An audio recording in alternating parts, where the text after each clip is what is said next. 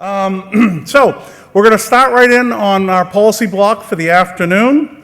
And the first one up is recommended draft policy 2019-8, clarification of section 4.10 for multiple discrete networks. I'm going to do the introduction, and then we're going to have Owen DeLong come up and, we're going to have Owen DeLong come up and give the presentation on for the AC. So, Advisory Council Shepherds, Owen DeLong and David Farmer. History, it started out as a proposal this year in April, was adopted, moved to draft policy, and was recommended, became a recommended draft policy in August of this year. This is the first time it's coming before an ARIN meeting. The latest version is the 21 May version that's in your discussion guide. This policy retains the requirement that an organization with a single network may request a /24 from the reserve pool for 410 dedicated IPv4 block to facilitate IPv4 deployment. I have a different slide than I thought. Okay.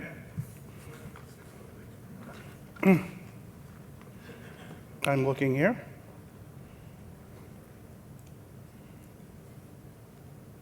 Yep, okay.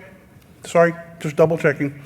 I had a different text earlier. May request a /24 from the reserve pool 410 to provided they had not received a direct allocation or direct assignment from the pool in the preceding 6 months.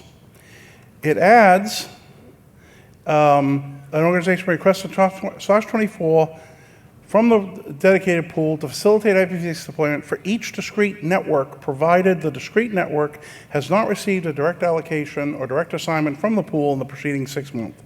Organization may not receive more than one /21 equivalent from the reserve pool for 410 dedicated IP block during any 6-month period. So this is for networks that are discrete networks, multiple discrete networks. Staff comments. We note that any organization would be limited to a total of a /21 equivalent from the pool, and that the waiting period for getting these blocks would be assessed for each discrete network, and that the /21 equivalent would include all space received, even if it was an issue for people who already have space. If you already have an assignment for one or more of your discrete networks, that would be counting towards the /21 total maximum. We don't have material legal issues here. Resource implementation available. We could do the implementation within 3 months by updating training, documentation, and customer outreach.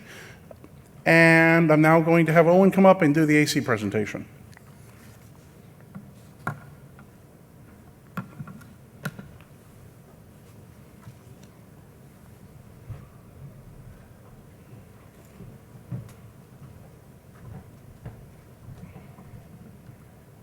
Green forward, red backward. Okay, I think I can handle that. So this is a recommended draft policy. That means that if we get support here, it probably goes to last call and then possibly even becomes policy. In a nutshell, the current working 4.10 wording doesn't take the needs of multiple discrete network organizations into account.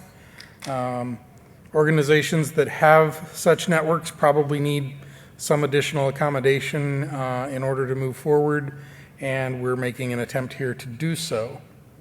The proposed solution allow them to apply for transition blocks for each discrete network, but we also recognize that we don't want to open this to widespread abuse by simply creating lots of discrete networks.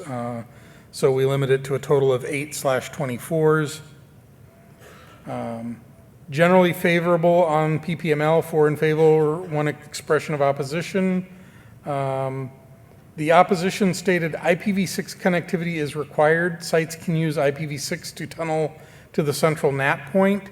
However, that statement seems to inherently assume that this address space is being used only for NAT, and there are many other purposes and needs for transition IPv4 space that that kind of tunneling wouldn't necessarily cover. So we're looking for additional input. Do you support or oppose as written? If you are opposed, are there changes you'd prefer? If so, what changes? And should we move this to last call? With that, I'll turn it back over to the board. Come on up, Bill. Our Vice Chair, Bill, will moderate the discussion from the queues. Owen should stay here in case we have any questions. Yeah, I'm still here. You just can't see. Microphones are open. Remote microphones are open. All right. Thank you very much. Thank you for your presentation, Owen. We'll start with the rear center microphone. Please state your name and affiliation and whether or not you're in support of the proposal. This is Kevin Locke with QTS. I support this. The alternative is for organizations to simply create multiple org IDs, which has additional burden on the ARIN staff, makes things messy or harder to track down, may make it harder to track down who actually owns it if the names for the other orgs are then necessarily specific to a site rather than a more national or global organization. So it just makes sense. This is also consistent with the way IPv4 space was issued out of the general pool in the past. Thank you. Far microphone, and also an invitation to those that are remote participants to get their questions in, noting that there is a little bit of a delay from when you see us to when we get the questions in the room. Far microphone. Kevin Bloomberg, The Wire. I support the proposal. I believe in our last meeting when this was discussed, one of the questions that was asked was, how many multiple discrete, or how many org IDs have multiple discrete networks? And I believe the number was a couple hundred. It wasn't in the thousands, it was a couple hundred. We can find that out. Really, the only question becomes, if you extrapolate out the couple hundred orgs times 8/24s, etc., is the 4.10 pool sufficient to maintain that? I don't think it affects it today, but I think that the community, as we expand the use of 4.10, or we are more liberal with the use of 4.10, should consider that it is going to run down and it is going to empty out. And that is my only concern. But again, based on the numbers I believe I heard last time, it would not be a significant drain, just a drain on the 4.10 if it was actively used. Thank you. Thank you, Kevin. Rear center microphone. Mike Burns, IP Trading. I have a question. Are those limits per org? Each of those limits are per org? Yeah, there's a one limit which applies to the entire org, okay, for its total that it can get from the MDN pool.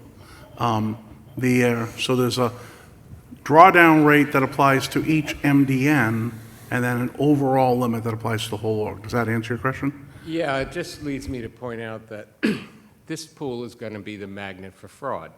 If you tell people that you can get free addresses if you have an MDN and limited by org, you're going to get more MDNs and more orgs. So you just got to consider how much does it cost somebody, to set up an org or to divide their network or do what we're setting up as requirements to access this fruit, this low-hanging fruit. And believe me, there are orgs that are going to do exactly what you say, and you're going to have more orgs and more MDNs. So to Kevin's point about counting the potential impact and projecting the drawdown of the pool based upon the current numbers, I think you should think that these numbers are going to grow. However, I do support the policy. So in response to that, the MDN or the 4.10 policy already exists, and each org can get 1/24 every 6 months. This creates a carve out for organizations that have, and I think your comment about creating orgs is perfectly valid, but it applies to that as well. This does sort of multiply that possibility by 8 for organizations that can legitimately show that they have multiple non-connected sites, but that's why we have the limit of a total of a /21 overall in an effort to curtail gross fraud in that area, so we don't have organizations getting 1,000 blocks that way. But we do have organizations that have a real legitimate need for this, and so we're trying to balance that as best we can. Thank you, Owen. Front center microphone. Hi, it's Chris Tassett. So I just want to remind everybody that the reason this got drafted, and I was one of the two co-authors along with Chris Whitfield, was as a result of the previous policy experience report that we had on this issue. So this is solving a real problem of ARIN that I think staff have found when people calling in and complaining about it. Thank you. Far microphone. Kevin Bloomberg, The Wire. John, could you speak to the complexities of MDN or staff? Because my understanding, and I'm sure there are some people in this room who have MDN, is it was probably one of the hardest things for an org to justify and to get in the first place. Yeah. And if that continues, then Our administration of the MDM policy requires you to show that you have discrete networks that you can't connect, and that's why they're discrete. So it has a technical justification to demonstrate before you're allowed to use the MDN policy, and it's pretty rigorous. There are organizations that have circumstances that prohibit them from having their own backbone effectively, or they're required to use someone else's infrastructure or someone else's services in order to serve multiple customers. And so you actually have to explain that and explain the requirement in order to qualify. I'm not sure it's 100% impossible to game. You'd be amazed the creativity of people in the world, but there certainly is a significant barrier. The lady with the awesome Halloween t-shirt. Hi, Kathy Aronson. I'm in favor of this policy. I just wanted to make sure that, I'm pretty sure we passed a policy that said that if you no longer need a block that you got from this block, that you can't sell it, you have to give it back to this block? Yes, correct. Okay, so I just wanted to make sure that everybody here remembers that, because it's harder, you can't get these blocks and then turn around and sell them. You have to give them back. So I just wanted to point that out. Thanks. All right, last call for participants to approach the microphones. And do we have any remote participants? No remote participants with questions? Mr. Sweeting. John Sweeting with ARIN staff. There's one other thing to remember, that they can only get one for a site. They can come back 6 months later, but they're going to have to prove they have used 80% of that /24 for that site deploying V6 technology. So we're very hard when they come back. They get the first one pretty easy, but to come back and get a second, nah, it's not so easy. Thank you. And it comes to me for review. Thank you. All right, seeing no further participants at microphones and being told that there are none with remote questions, we will move forward to the next stage, which is gauging support, and we'll thank Owen for his presentation. All right, all those who are in favor of the policy, please raise your hand to show your support. Hey, John, what did the skeleton say to the bartender at the ARIN social? What, Bill? I'll have 2 beers and a mop. Nice. Why was the skeleton so relaxed? Nothing gets under its skin.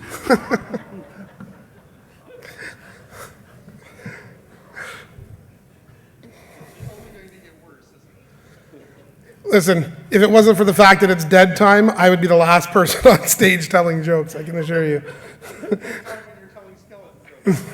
You got that one, Owen, good. If you can't tell, we're soon going to be coming to the community for a large funding request to automate the show of support. So there's no lag and no delay. But first we have to soften you up with some jokes about why this delay is such a problem. All right, the vote counters tell me that we're good, and now we need to see those who are not in favor of the policy.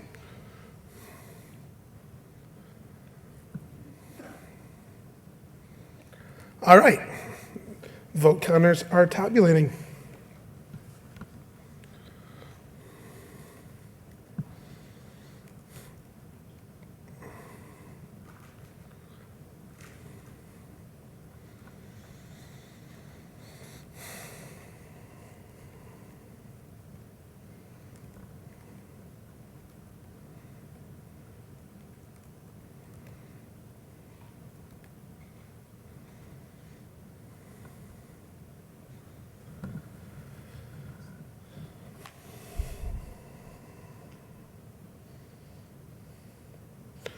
Kudos to whoever made all the cards today orange too, by the way. Thank you. We continue to lose participants.